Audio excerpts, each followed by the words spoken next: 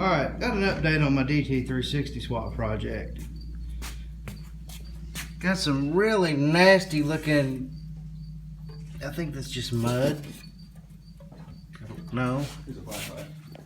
Hey Jeff. Hi. But then, my friend Jeff got to looking closer. I'm missing some stuff. That wasn't even on there. One.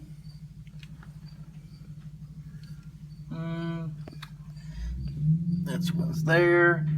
Two. Heck, your cylinder walls are fine. Three. And then a lot of them were just hand tied. And that one is 100% unevenly tightened. Your main bearings look alright. So discoloration on that's fucked up. I'm sure it's all. Oh.